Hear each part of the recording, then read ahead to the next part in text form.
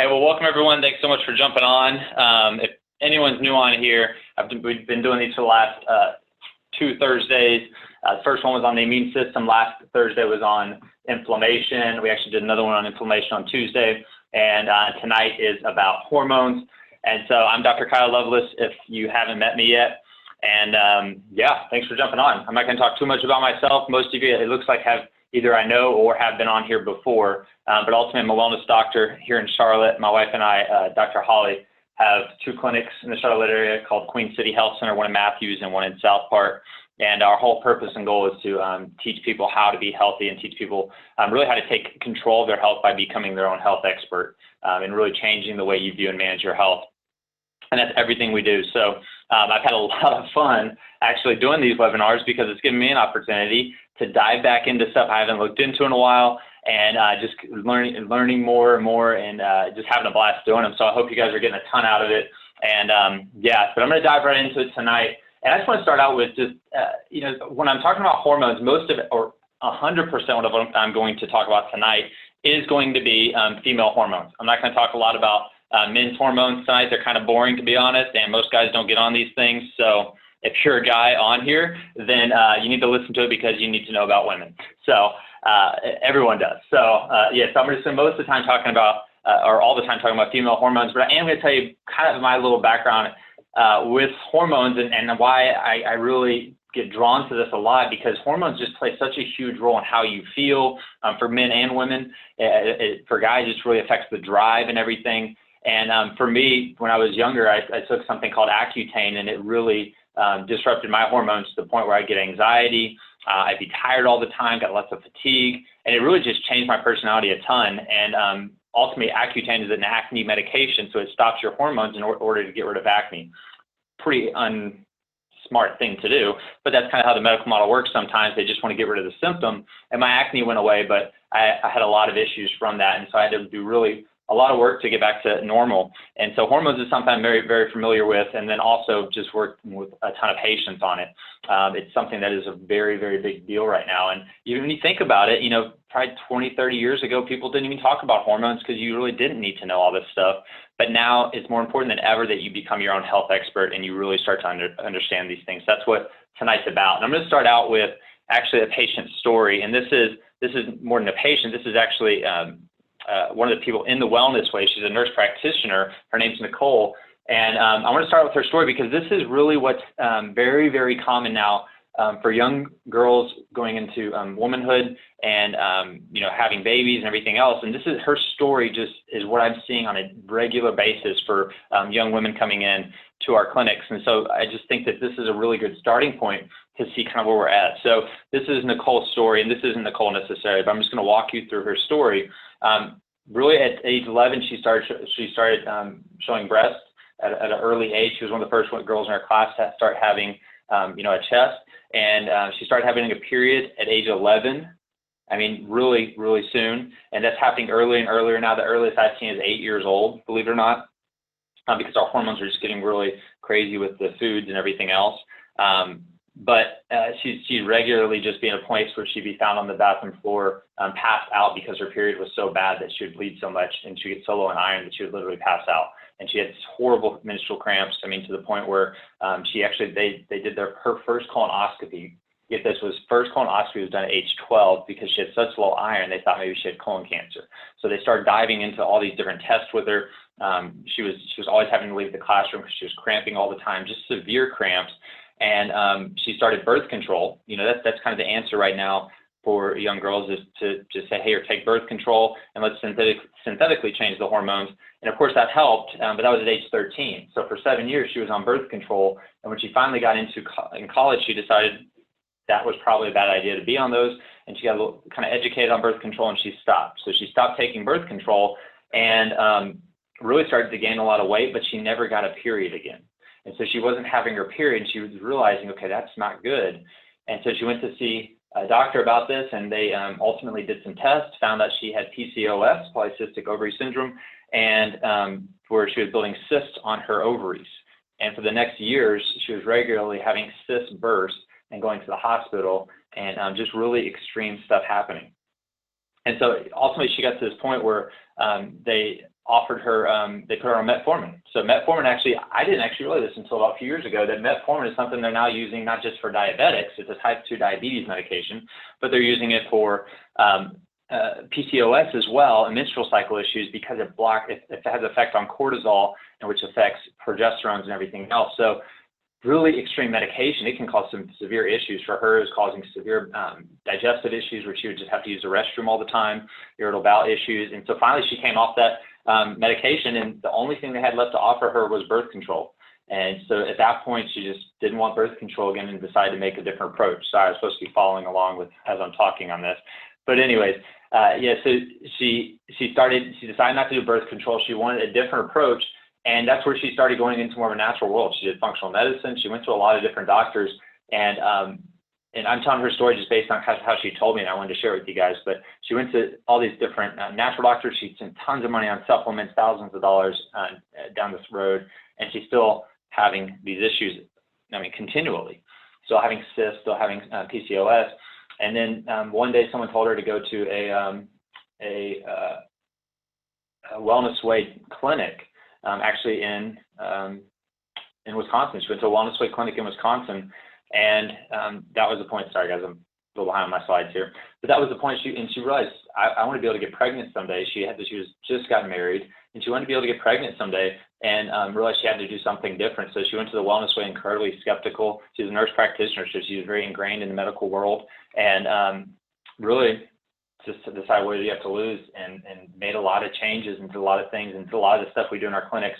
And today she's actually one of the teachers in the Wellness Way, and teaches doctors all over the world to get their hormones back to normal. Her PCOS is gone. She has 3 babies now, 3 kids now, and just a really cool story. And those are stories we get to see on a regular basis. I've had patients literally who haven't had periods in 7 years, and just with chiropractic care, just with some of the natural things we do, they start having a period again, or severe menstrual cramps or severe bleeding. And just with some natural things working with the nervous system, getting their body back into a homeostasis and balance, they're able to heal again. So as we look at that, as we look at this, tonight, guys, I'm going to go through, and the reason I share that story in the beginning, because I want you guys to realize that this is a very, very common thing. And I think we all know that. And you can just, raise your hand if you're, someone that what I just said was either not necessarily have to be you, but maybe it was someone you know, right? Maybe that's, you've seen that scenario over and over again. Just put in the comments, say, yes, we see that a lot. And because that's just how for females, that's how it is now. Everybody's hormones are so out of whack. So I'm going to go tonight. We're going to start from the beginning. We're starting from birth, and we're going to work all the way up to post-menopause. We're going to go all the way into this, and I'm going to talk to you guys about the female body and hormones all the way through, so that by the end of this, you're going to understand how the hormones work. You're going to understand where we are and why this is so important to understand for you and for your kids. And then from there, I'm going to give you some top things to start to change immediately. These are things you can immediately start to change, and some steps to start to take. So by the end of this webinar, stick with me, because I'm going to work really hard to do this in an hour. It might be an hour and 5 minutes, hour and 10 minutes, but I promise if you follow it all the way through, you're going to be happy that you did. So at birth, this is what we should look like, right? Baby's born, or baby's growing in the mom, then the baby's born, then we have, puberty, and everybody's happy and all this stuff, and then we have babies and adulthood, and then menopause. Menopause actually isn't a disease, guys. I know they talk about it as a disease. This is a normal part of female health. It actually should be very pleasant and nice, because your hormones aren't going up and down anymore. It actually should be a good part of your life, not a miserable part of your life. But by the time people are getting here, we're so sick, or a lot of women are so sick that it's a very miserable part of their life. So this is actually what's happening, though. This is what I'd say is a better picture of what it's like right now in our world, right? Conception sometimes is artificial. Sometimes it's because there's so much infertility happening. Birth is very traumatic. It's a process where babies are being pulled out of the canal and not natural. Then in puberty, it becomes a very miserable part. And for a lot of females, a lot of women, it is birth control time. This is extremely common. I'm going to go through some statistics here in a second so you can see how common it is, and it'll blow your mind away. And then adulthood is, trying to get pregnant, going through spending all this money on things and things like miscarriages. And personally, we've had 3 miscarriages. And I can tell you that the stuff that I'm teaching tonight is truly what I believe allowed us to have our second daughter. I really do. This is when, my wife, Holly, had a lot of stress going on, a lot of things happening, and we started to work with the Wellness Way as a patient, believe it or not. Even though we were doing natural stuff, we just found in it, and they helped us out so much, and they helped so many of our friends out that are doctors as well, natural doctors, through this approach. And so from adulthood and then into menopause, and then it's now surgery time to get rid of the uterus and so on. So that's kind of what we're seeing. And so we want to change that. And so really the biggest question we got to ask is, where did things go so wrong? When did we get to this point where, the hormones are just so crazily out of whack? And so let's look at this. And then also, okay, I'm sorry. And so I want to start from the beginning. So let's just start with the way we look at approach pregnancy. And this you might think, well, this doesn't have to do with hormones. I'm going to get into a lot of good hormone stuff, guys, but I want to start from the beginning because that's how it is from the beginning. So think about this. From day one, so however old you are, let's say you're 35 years old.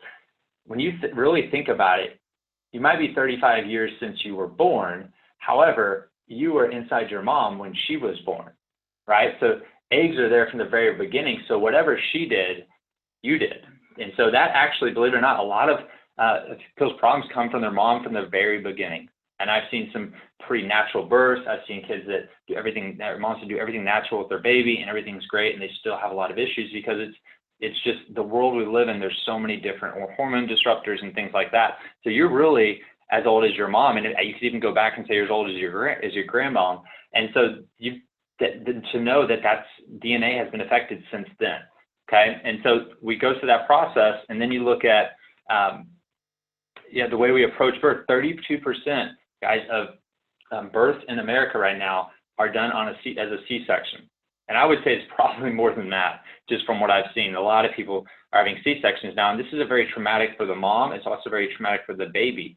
A lot of pressure on the spine, on the nervous system. It's just an overall traumatic process. They don't get the same benefits from a C-section birth in their health, and their gut health is actually different. They've done studies on this to show that obesity can actually be linked to C-sections. Okay, let me say that again. They've done studies that showed obesity can actually be linked to C-sections. And you think, well, what does that have to do with it? Well, your microbiome comes from your mom, and that microbiome, the bacteria in your gut, which is your immune system and has a lot to do with your neurotransmitters, actually starts when you're born and through the vaginal canal. And so they've actually shown that there's a different microbiome related to obesity than there is for vaginal birth. Isn't that wild?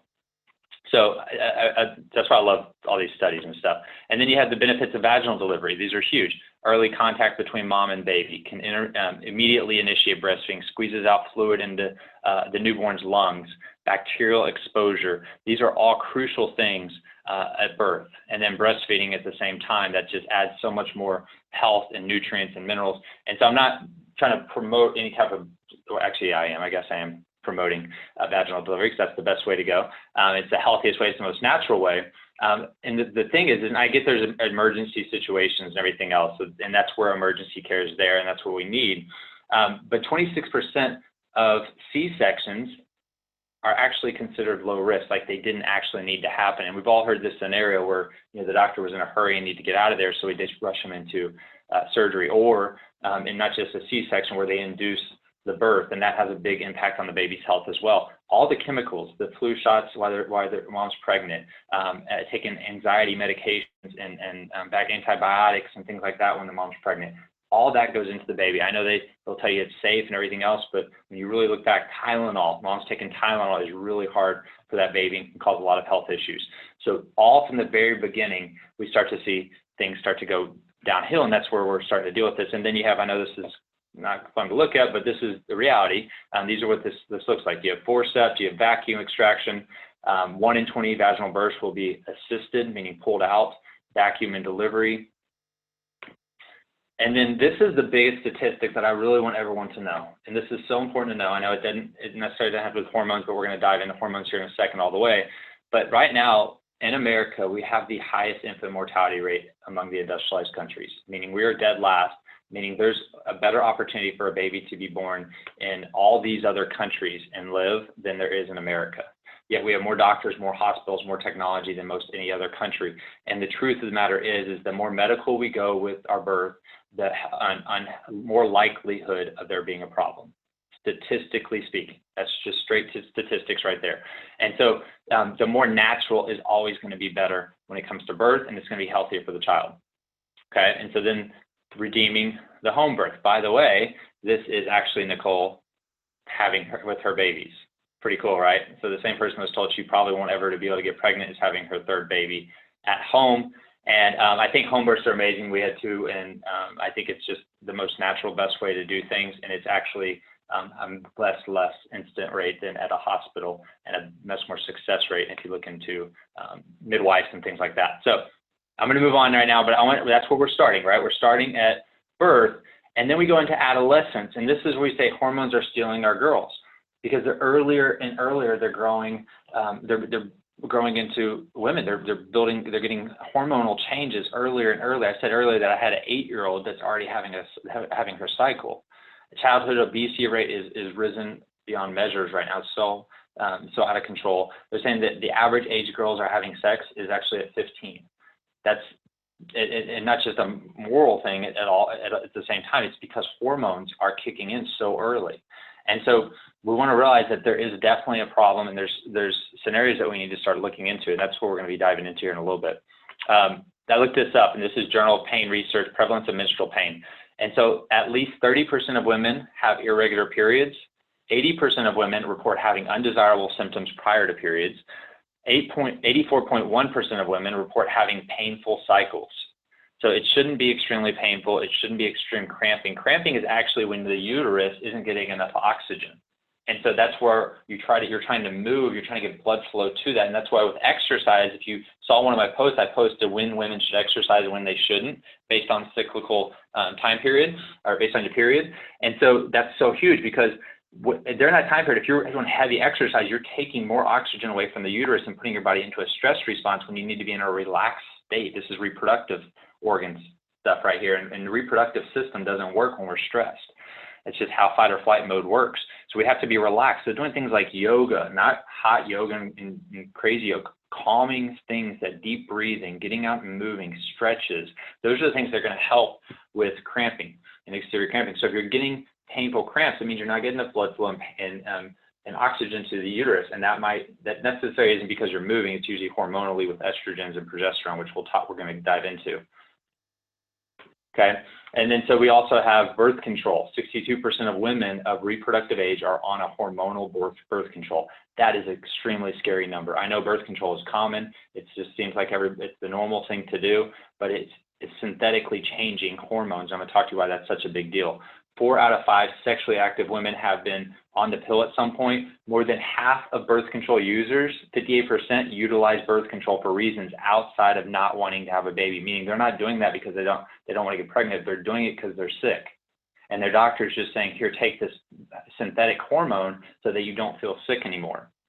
And we talked about this in the other webinars, that just covering up symptoms is the firefighter approach, and we're putting out fires. And birth control for symptoms is like literally dousing the house every single day so that you don't have to pay attention to the severe symptoms. Now, I'm obviously not a female, so I'm not going to sit here and act like I can relate in terms of the pain and the horribleness that go with it. So I perfectly understand taking a medication to be able to live your life. I see that 100%.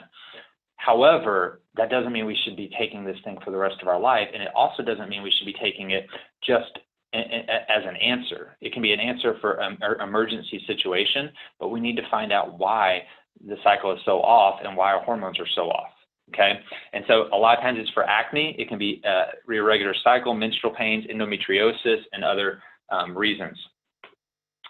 Okay, so here's how birth control works. I'm not going to spend too much time on the slides. It's a lot of writing, and you can take a picture of this actually if you want and go back and just read it and evaluate.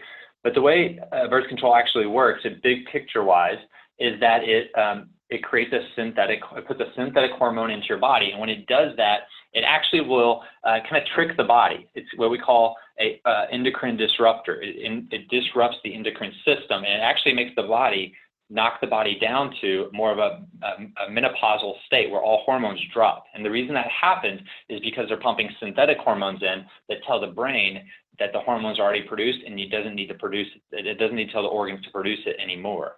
So now we're using a synthetic version interrupting the endocrine system, okay? And this is really, really big to understand because this affects the brain, the pituitary gland. This affects the ovaries. This affects ovulation, thickened cervical mucosa to prevent passage of sperm. I mean, there's all kinds of stuff they do with this, but it's a big deal, okay? And so anytime we're interrupting the endocrine system, it's a problem. I've said this, if you've been a patient of mine and we've talked about birth control before, you've heard me say this, you don't want to mess with the endocrine system because it can trick your body into believing it doesn't need to work anymore. And that's what happens. And that's why a lot of times when women get off birth control, they can't get pregnant, right? So, and the story I just told you, that's extremely common because the body doesn't realize that it needs to start producing again. It actually shuts down the system. So what is a hormone? A hormone is a chemical messenger, okay? It delivers critical information to cells to keep the body healthy and functioning properly. Synthetic hormones interfere with a woman's ability to create their own hormones. What is an endocrine disruptor? Disruptor. Okay, I got this here on the right. This is from National Institute of Environmental Health. I'm just going to read that to you. A growing body of evidence suggests that numerous chemicals, both natural and man-made, may interfere with the endocrine system and produce adverse effects in laboratory animals, wildlife, and humans. Scientists often refer to these chemicals as endocrine disruptors. Endocrine disruption is an important public health concern that is being addressed by the National Institute of Environmental Health.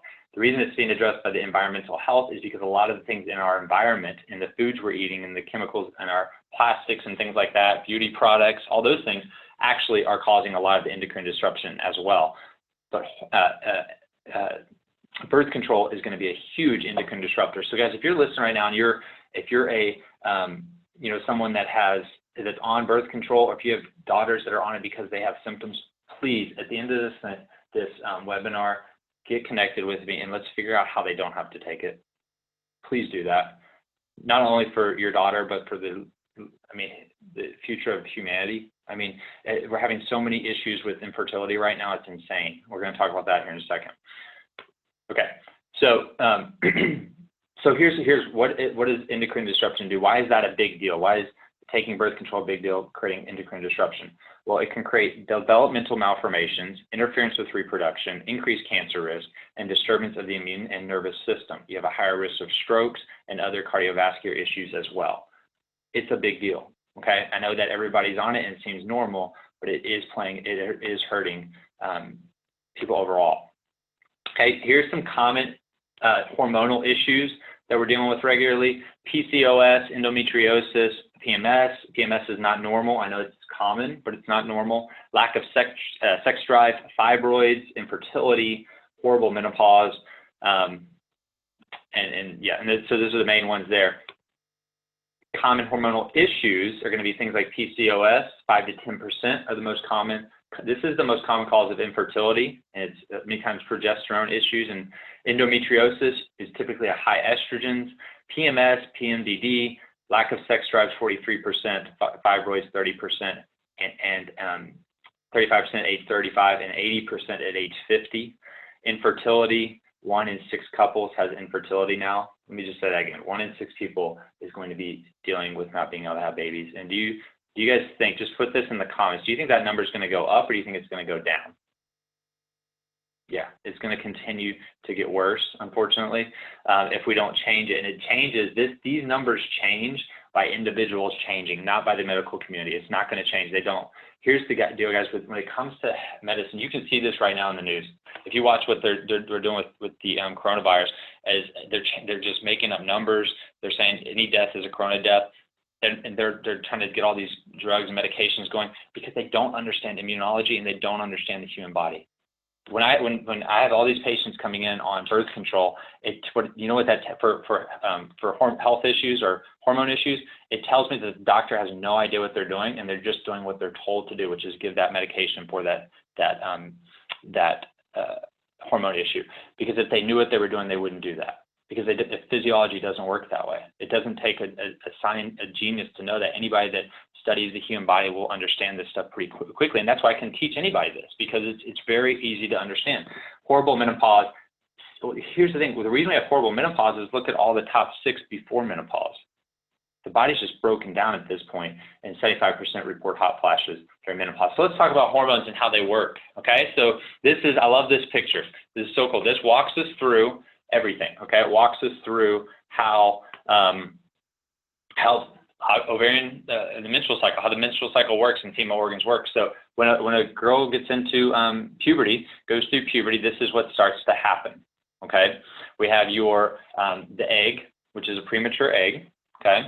Starts to take place, and then that goes into, as the egg matures, to a follicle. That follicle gets bigger, and it continues to get bigger, and then estradiol is released, okay? That's right through here. We got this mature follicle, estradiol is released, and you have this spike, right? When that spike goes up, that's where once it reaches threshold, the body starts releasing estrogen. The brain says, okay, that's there, okay?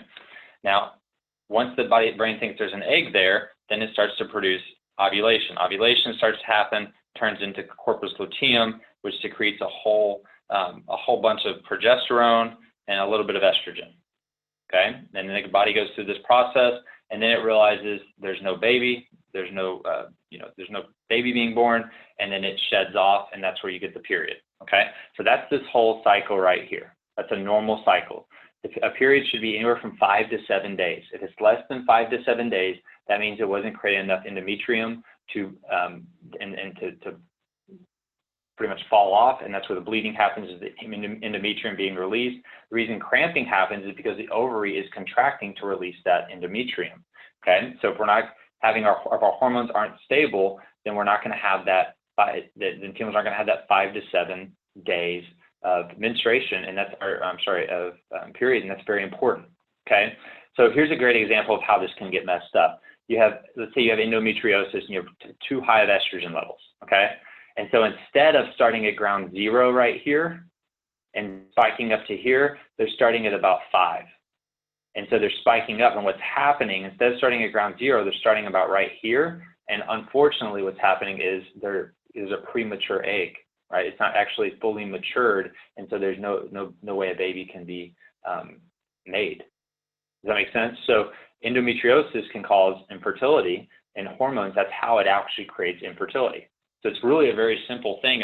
If there's a lot of issues with miscarriages, then many times it's going to be progesterone issues. The progesterone levels aren't strong enough to actually keep the attachment there. Okay, or if your cycle is not long enough, endometrium isn't thick enough, then the egg can't actually hold on to that. So, but instead of looking at all those different things and actually testing and saying, okay, what are all these normal levels looking like? Okay, so this is an example of what we would do for infertility. Okay, if someone comes in, they've been trying to get pregnant, they've had a lot of miscarriages, we're going to do a very specific panel. Most of the time when they come in, they've gone through the infertility clinics and they've had everything else, they've had these checked. These are kind of the main ones, and maybe they'll do an estrogen and E2 check as well. But this is pretty much all we'll see happen. And then they'll go down the process of just kind of throwing the things out there, the different medications out there to try to create fertility. Okay, so hormones throughout the lifetime should look like this. Childhood years, nice and low. Pretty much boys and girls are the same in terms of hormones through this period of time. And then boys spike up into testosterone, girls spike up into higher estrogens, and then they have this cycle that's up and down most of their life. And then they get into the 50s to 60s, and then it starts to go to menopause, it drops back down, but you should still have hormones here, right? You should still have hormones. What's happening when people are having severe postmenopausal is it's dropping way down here. And then so they're just saying, okay, let's do hormone replacement therapy and try to get it back up. And what's happening, we're getting way back up here. So if that's the case, if you've had an organ removed or like ovaries removed or something like that, then hormone replacement might be the answer for that. But other than that, we got to find natural ways to get this back up. And that's what we're going to start talking about here. You guys following along with me? All good? Cool. Okay. All right. So I love this picture. It's kind of a nerdy picture. Don't look at it. A lot of people look at this and just like, I can't see it. It's too complicated. Here's what I want you to look at. A few things. This is going to be your steroid hormone pathway. You want to know this stuff, okay? Steroid hormone pathway, very big stuff. So we're looking at here, what's the very first thing you see at the very top? At the very first thing, if somebody say this, what is it? I know you can read it, but I want somebody to say it. What is that? I'm going to wait for it. It's cholesterol, right? Cholesterol is so incredibly important. One of the biggest side effects of statin medications trying to lower our cholesterol levels artificially when they don't need to be lowered is taking cholesterol out, which destroys your hormones. Your cortisol doesn't work properly, your progesterones don't work properly, your estrogens won't work properly, your testosterone won't work properly, which is why the main side effect is depression and all other kinds of health issues. You see the number one precursor to all your steroidal hormones is cholesterol. It's essential. Your liver produces it based on your stress levels, okay? So when your stress goes up, your liver increases more LDL and cholesterol so that it can produce more cortisol, okay? That's the way the body works. It's normal physiology. And that's why I say any doctor that gives you a cholesterol medication doesn't understand physiology, because that doesn't make sense. Cholesterol doesn't cause heart disease, okay? I can boldly say that because I understand physiology enough, and I have read enough about the studies on cholesterol medications as well. So that's a side note. So if you're someone taking statin medications, that's going to be a first step. I'm not saying go home and quit taking it, mostly because I'm not supposed to do that.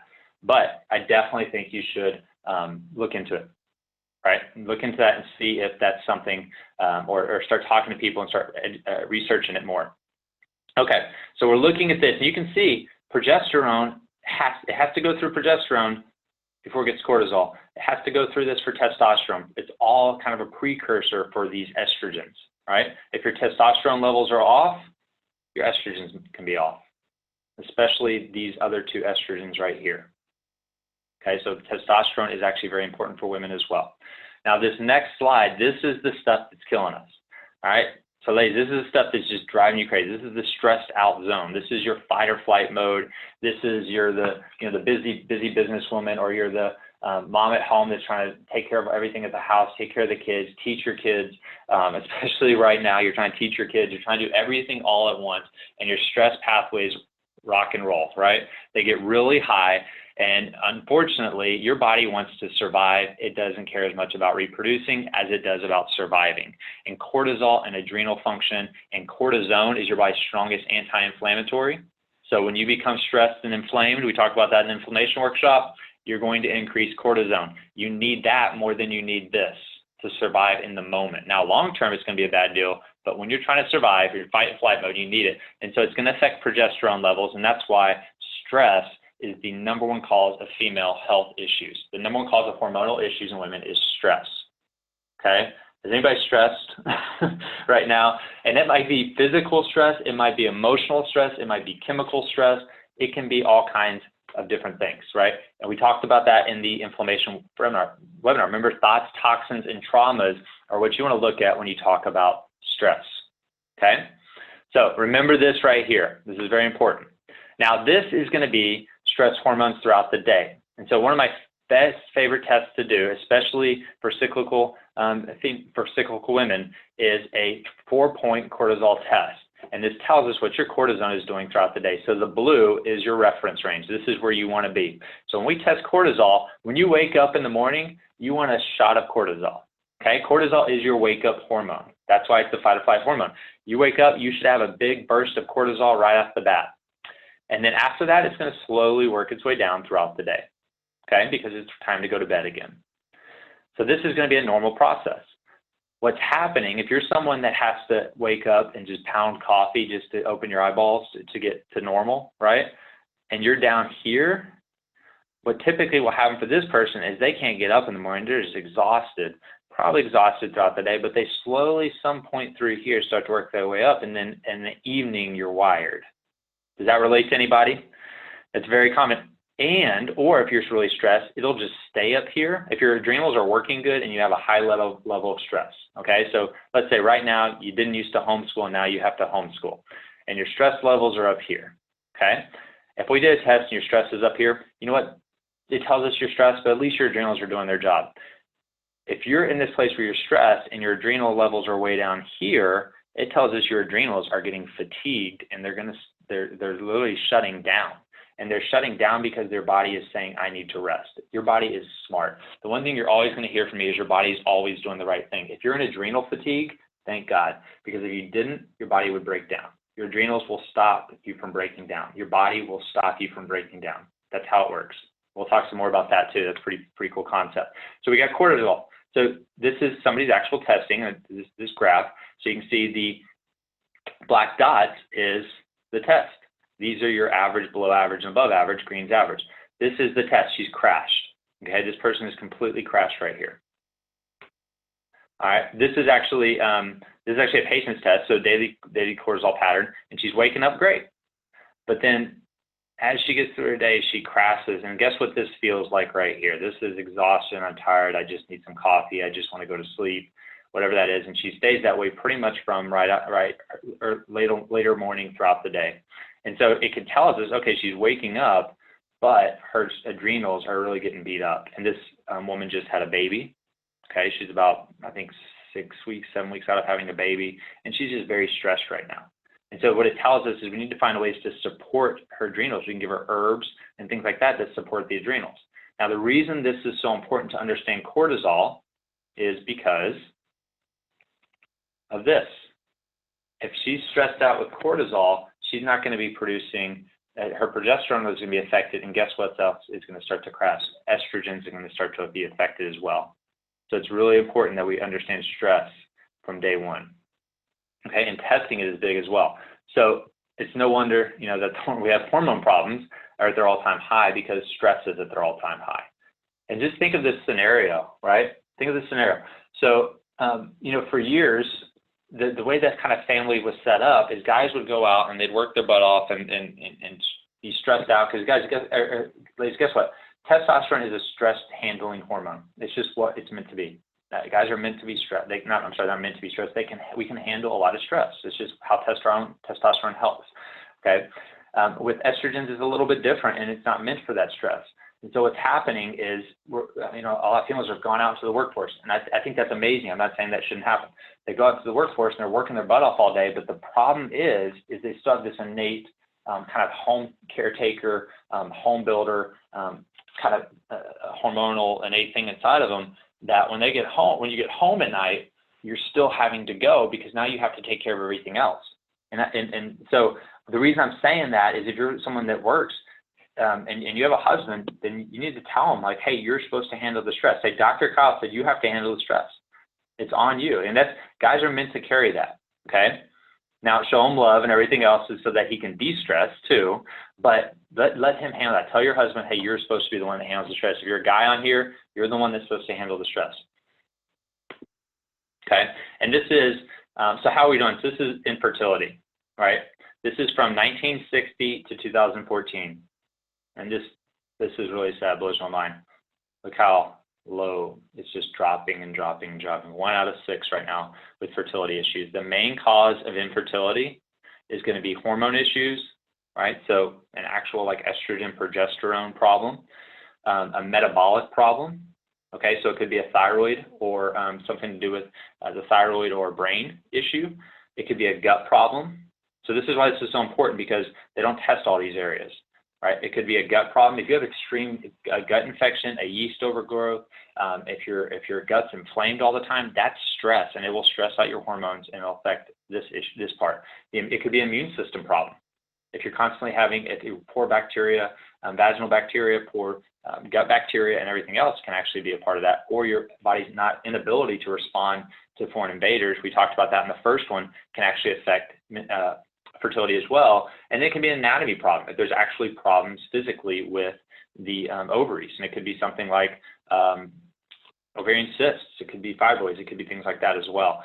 And so I'm talking a lot about infertility and the female portion of it. One thing I will say, and sorry I missed this, that it's clearly not on the women for fertility. It's 40-40 actually. So 40% of the time 40% of the time it's the male, 40% of the time it's the female, and the other 10% is both. That's what the statistics say. So if you're someone right now listening, and I know there's some patients that have come in recently wanting to get pregnant that might be listening, that if your husband's not willing to get himself checked as well, he needs to man up and do that too, okay? Because it's not always a female issue. There's a lot of things men can do. It's actually easier for men to change that. And so this is fertility treatment right now. It's really just they do a few tests and they start throwing their darts at the wall until they try to hit that baby spot right there. And it's not really specific, and it's very medicated, meaning they're taking a female whose body is clearly not functioning properly. This is a big deal. Listen to this. We're taking a female whose body is clearly not functioning properly, because every female should be able to get pregnant. Now, will they be able to? Is there something anatomically wrong that they can't? That could happen, yeah.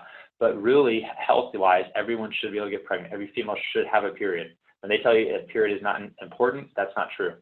It's very important. It tells you your reproductive system is working properly. It tells us your adrenals are working properly. And it tells us, quite frankly, that your hormones are working, which controls your mood and your brain and your immune system. And there's direct correlation between your brain, your adrenals, and your immune system, your ability to fight off viruses. It's all connected. So if we're taking a female who's already not healthy and we're going to put these meds in here to try to get her to artificially have a baby, but now she has to actually carry that baby, and now she has to deal with the stress that she already has stress, but now she has to deal with the stress of having the baby and raising the baby and all these other things. It can be a huge, huge issue, huge nightmare. So we got to actually get to the root cause and start to help heal the body, okay? And so, yeah, so where did I go backwards?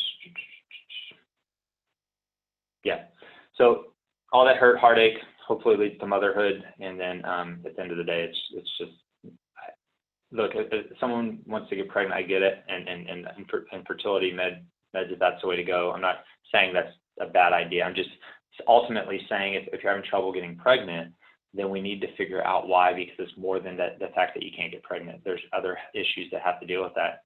If it's the female body that's keeping it from getting pregnant, and we're back to stress.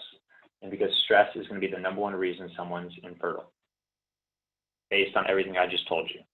And just give me that makes sense, so I can tell that y'all are following me on that process of why the key is stressors. And stress can be physical, it can be chemical, it can be emotional, but it is definitely goes back to that. Okay, so let's talk breast cancer. We're going to start getting into the next kind of step here. So this is a patient. Well, first of all, we don't need more pink ribbons. We don't need more awareness. If you're someone that's had breast cancer, please don't take offense to this. I had somebody take offense one time when I started talking about this, because the truth of the matter is we're very aware. We have more money pumped into the medical system than ever before, more research. It's not getting better in terms of treatments for it. It's actually getting worse, and it's also in terms of more chemos and more chemicals, and the testing for it, like mammograms, is actually going to cause breast cancer. So because it's a ton of radiation to the breast. We need to find out the stress levels being high is affecting estrogens, and we know that this is an estrogen-based cancer. Same with cervical cancer. And so the reason that's happening goes back to the stresses throughout life. They've shown that women that get breast cancer, women that have been through something extremely stressful in their life, like a major divorce or a child lost or something like that, they have a 1,500% increased chance of having breast cancer. That's huge. That's one of the major studies showed. And so this is a Dutch hormone test. This is my favorite test to do for women to be able to see what their hormones are doing, because it tells us metabolism, the metabolic pathways, and it tells us metabolites. The only way we can do that is through a urinalysis. You're not going to find metabolites in blood or in saliva. So we want to be able to look at this and tell what pathways is the body getting rid of estrogen and what are the estrogens doing. Okay, so this is a patient that clearly right now is in a postmenopausal state in terms of hormones, right? Everything's really low. And so this patient is actually a patient with breast cancer, so that's why we're using it. But one of the main things that will create that breast cancer is this right here. Okay, I talked about this in the last one. I showed you all these tests before. So the 4OH pathway, this high red here, is at 37.9%. It should be at 7.5 to 11%, meaning our body is using to get rid of estrogens, is using this pathway at a very high rate. What happens, and we use that pathway, quinones are created, which is not detoxified, which if the body doesn't get rid of them, it creates damage to the DNA. When we talk about breast cancer, I know for a while they said that, they were talking about the genes for breast cancer, and even there were celebrities to get the breast removed. And in true reality, guys, that's insanity. It's insanity. The science doesn't say that. The science says that if you have that gene and you have tumor growth, then your body's going to be less likely to get rid of that tumor. Any tumor, not just breast cancer. Okay, that's all that is. And so ultimately they've said it's about a 5 to 10% increase of a possibility of getting breast cancer based on if you're not taking care of yourself. So instead of saying, let's do a mammogram and find it when it's already been there, once you see it on a mammogram, it's been there for years. Okay, it has to get to a certain size before you ever see it. And so instead of doing that, there's thermography, which is a good idea, but why wouldn't we just test? Why wouldn't every doctor, for every OBGYN or female doctor be doing these tests every single year? This should be a test you should get, every female should get every single year.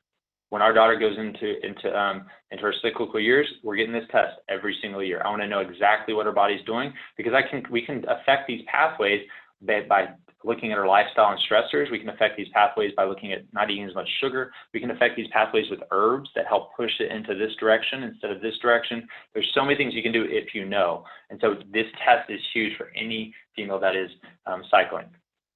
Okay, instead, of course, they do chemotherapy, or the next step is we cut out the uterus. Guys, the uterus is important. I understand if you're in severe pain and then now you're not because you got it taken out. I get that. But the uterus supplies blood supply to the ovaries, and so it's a huge part of your sexual health, like your ability to enjoy sex. It's actually very, very important. So it's not something that you don't need anymore just because you're not at reproductive age, okay?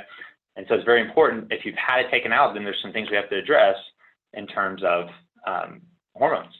Okay, so hysterectomy parties. This is like the society we live in. Like, cut an organ out is a party. To me, that's disgusting. I'm sorry if you've done it, but that's just weird if we really think about that, right? See you later, ovulator, that's funny.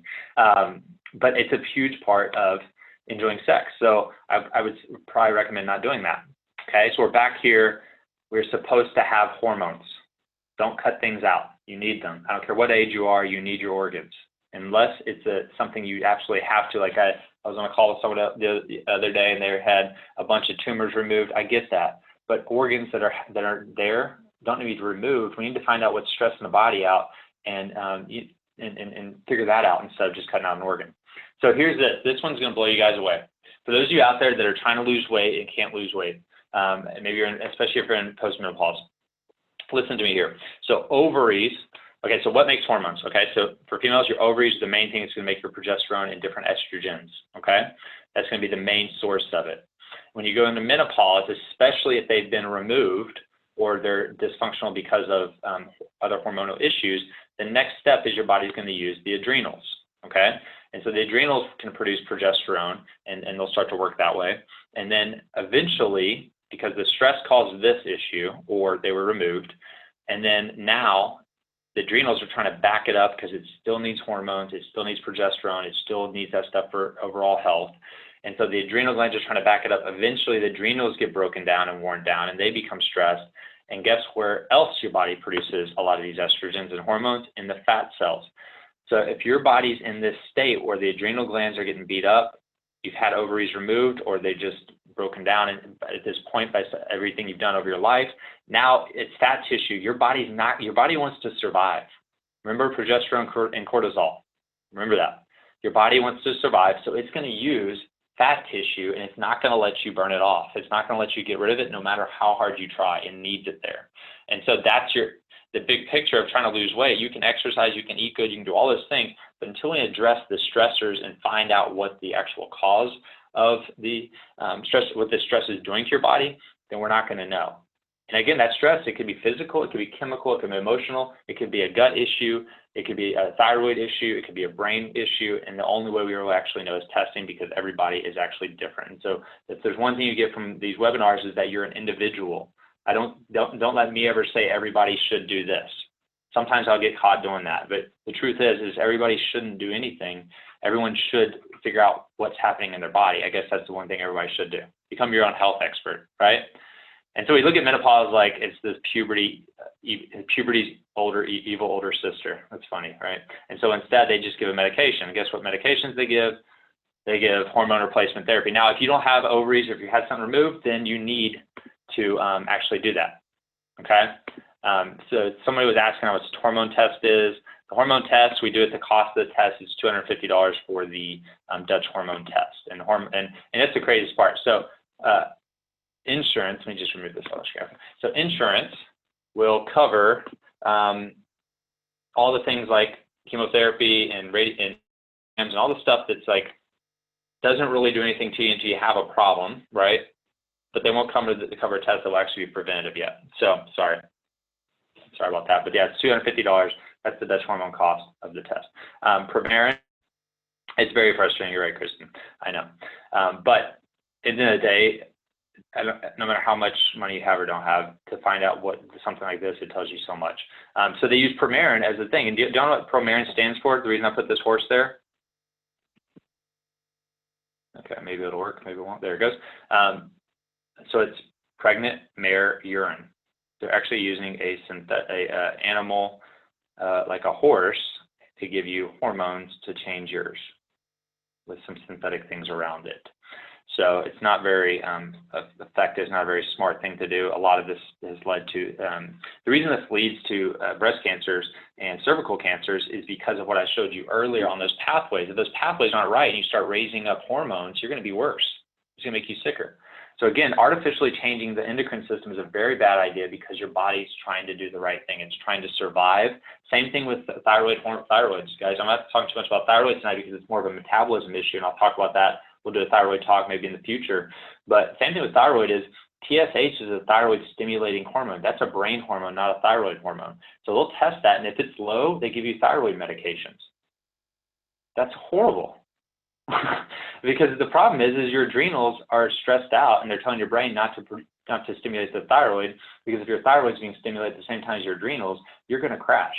And that's why a lot of health issues will come to that. And estrogens affect the thyroid. This is a whole cycle. So PCOS will affect your thyroid. Thyroid is really a secondary organ. And so that's why I don't do a ton of thyroid testing other than things like the thyroid binding globulin. I like to look at that because that'll tell us if your body, they can actually tell us, because estrogen will bind to those globulins and it'll take away from your body's ability to bind T3 and T4. And then, so that'll tell us a lot as well. So sorry, I don't want to confuse you guys there. We don't really talk about that yet. So it's time to make a change, guys. I'm trying to get through this quickly for you, but just bear with me because I think you're going to get a lot out of this next part. This is what I want you to start to change. We know there's a problem. There's no question about it. Hopefully you understand exactly how hormones work now, or at least enough to kind of get a big picture of why just taking a medication is a bad idea, why just doing infertility is a bad idea. And I say bad idea in terms of there is a better answer. So follow me the right way there. But what makes the wellness way so different, and it's just that idea, honestly, it's because we have a crazy idea that your body doesn't make mistakes. That's it. Like I truly believe that your body was wonderfully and powerfully made. It doesn't need help healing. It just needs no interference. It doesn't make mistakes, even to the point of having a heart attack, even to the point of when you're freezing to death. And even if you didn't want to shake, you're going to shake, right? If you're cold, you're going to shake.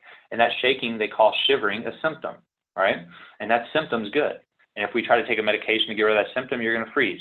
And then eventually, if you're really, really cold and you're in a place like this and you don't have gloves on, your fingers are going to fall off and they're going to get frostbite and fall off. But that's a good thing, even though it's extremely painful and you need your fingers, but you don't need them as bad as you need your heart and your lungs and the rest of your body. So your body's taking blood away from your fingers. Y'all following me there? Every symptom you're seeing, it might suck, but it's still a good thing because it's what's allowing you to be alive and survive. So those symptoms are simply your body trying to survive. When you get really stressed out, your adrenals start to break down and you're tired all the time, because if they fired at all cylinders, the rest of your other system would start to break down. You'll follow me there? So knowing that knowing that it's like the Swiss watch principle, where your nervous system's in the middle, and that's why I do everything I can to make sure every patient that comes into our clinics gets chiropractic care. And because it's the number one thing that helps balance the nervous system, and when you balance the nervous system, it helps everything else function. But we know that every system is connected. It's all important. We need it all. Your endocrine system affects your circulatory system, blood flow. Right? Your respiratory system affects everything. Your immune system is so it's all connected. There's no missing link. There's no gear that's not needed. The watch will stop working when you start taking gears out. So let's keep everything in. Okay, so tip number one, I'm going to give you 5 or 6 tips here, and then we're going to end this thing. This is good stuff. So take time for yourself. You want to get your hormones back to normal, start thinking about relaxation, right? Take a moment, take 15 to 30 minutes a day for you, whether it's get and read your Bible, whether it's do some yoga. Make sure you're doing something moving every single day. You need to be deep breathing outside. If you have menstrual cramps, again, that's not normal. You want to be outside, getting deep breath, getting lots of oxygen in. You can do things like infrared saunas will help blood flow to the uterus as well. Chiropractic care, I would by far say is the best thing for menstrual cycle issues, but it's not the only thing. Sometimes, and so patients will come in, one patient will come in with crazy menstrual issues. We adjust their sacrum and their atlas, and those problems go away, but then another patient comes in that doesn't go away. And it doesn't mean it didn't work. What it means is their stress was too high, and we didn't get the body back in balance yet.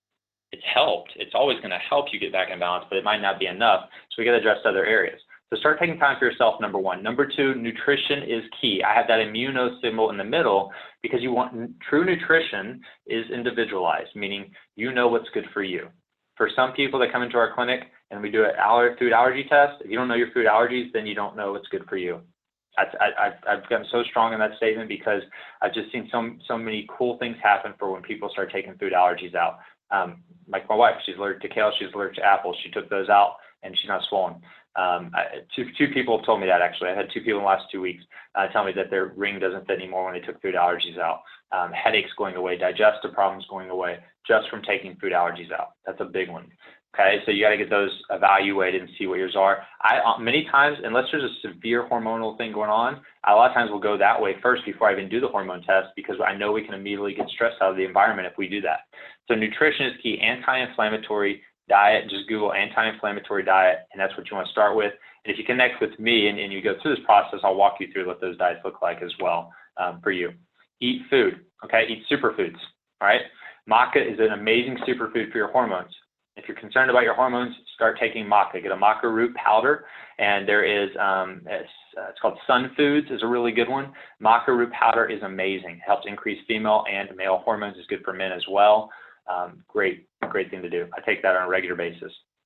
Also, get some chocolate.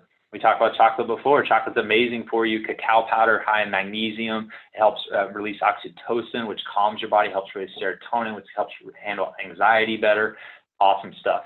So chocolate is good. It needs to be dark chocolate, high cacao count. The closer you get to that high cacao count, the better. Hey, research your chocolates too to see how they're made. If they're high heated, they're not going to be good for you. Hemp is a great one. Now let's look at hemp because hemp is amazing as a superfood, but watch this. Serving size of maca powder says on teaspoon. Yeah, seems low, that correct. Ultimately, I go with what's in the bag. I don't know if you see, I'm not sure what you're saying. I use a spoonful of maca powder. Tina, I'm not sure what you're asking them, but I'll get back to you on that one. So hemp is amazing, but I've had multiple people that are allergic to hemp. That's why that food allergy test is so big. Dates with avocado pudding, so taking avocados, blending them in a blender with a date and some cacao powder. That's an amazing dessert. Cherries are awesome. Grapes, organic white grapes. Maca again. Coconut products, especially coconut oil. That's another thing. So if you're following a low-fat diet, if you're someone that is not eating fat, then you can't produce hormones without fat.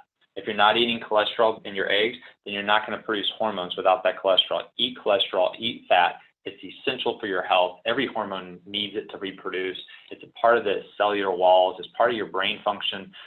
If somebody tells you fat's bad for you, run the other way. They have no clue what human physiology is like. So essential oils, thyme, lemon, patchouli. I think also clary sage is really good for infertility as well. And then cacao, #1 source of magnesium of any food. So take that regularly. But again, you heard me say in the inflammation workshop, there's people that are allergic to cacao, so you want to know if you're allergic to it. Maybe if you don't get a food allergy, you take and you're eating it regularly and you feel junky, take it out and see maybe that's it. And there's a difference in food allergies, so I don't want to talk too much about that because of time, but there's IgE. So some people say, well, I've had my allergies tested. But most of the time what they're saying is they went to an allergist and they had pinpricks on their skin, and then that showed redness for different things. That's an IgE test, and those are less common and are not the same thing. We're looking at IgG testing, and that tells us that IgG is what takes out viruses and protein in your bloodstream. So when your food is getting through your gut because of a leaky gut issue, which is extremely common right now, your body creates an immune response, and that's an IgG response, which is inflammation and stressful. And so that stress can cause a lot of health issues.